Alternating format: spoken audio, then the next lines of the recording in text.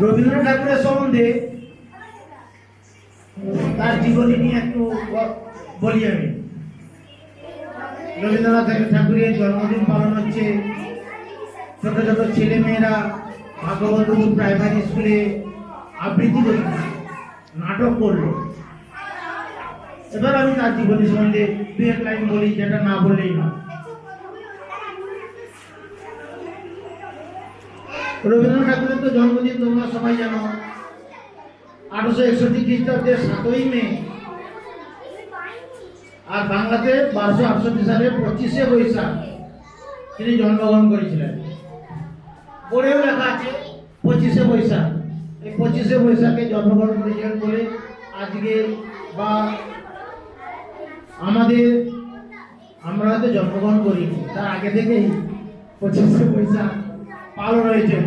তার জীবনটা বা তার মতাদর্শ, তার চিন্তা ভাবনা এমন, সেই চিন্তা ভাবনাগুলোকে আমাদের পূর্বপুরুষ বয়ে নিয়ে গেছে, আমরাও বয়ে নিয়ে যাচ্ছি, আমাদের উত্তরসূরি যারা তারাও বয়ে নিয়ে যাবে। তার একটাই কারণ যে রবীন্দ্রনাথ ঠাকুরের যে চিন্তা ভাবনা তা আমাদের বর্তমান বা জীবনে চলাধারার সঙ্গে একেবারে মিলে যায়। তিনি যা বলেছিলেন দেখবেন সত্যি সমস্ত কিছু আমাদের মিলে যায়।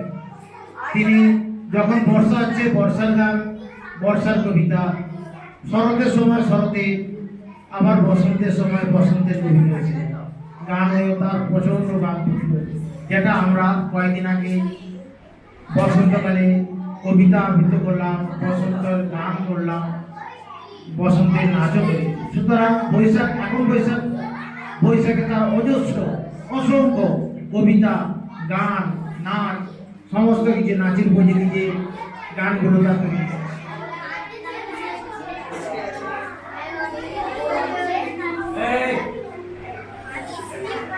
তিনি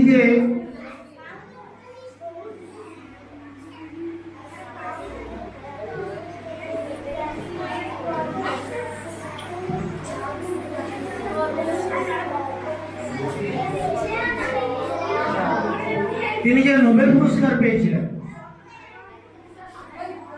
গীতাঞ্জলি লেখার জন্য, এবং গীতাঞ্জলি ইংরেজিতে অনুবাদ করার জন্য তখন করার ইংরেজ সরকার ওই নোবেল পুরস্কার দিয়েছিল। নোবেল পুরস্কার তাকে দিয়েছিলেন 1913 সালে, কিন্তু যখন 1915 সালে ব্রিটিশ তাকে নাইট উপাধিতে উপাধিত করেন, কিন্তু 1919 সালে জালিয়ানওয়ালাবাগে যে একটা বিধ্বংসী ভারতীয়দের উপরে যে একটা নির্মম অত্যাচার হয়েছিল, সেই জন্য তিনি নাইট উপাধি ত্যাগ করেছিলেন। রবীন্দ্রনাথের সম্বন্ধে প্রতি বছর আমরা এখানে আলোচনা করি, সে সম্বন্ধে নিশ্চয়ই ছোট ছোট ছেলেমেয়েরা বা যারা আমাদের আগে পড়ে গেছে তারা প্রত্যেকেই জানে। সে সম্বন্ধে আর বেশি কিছু না আলোচনা করে এখন আবৃত্তি পাঠ করছে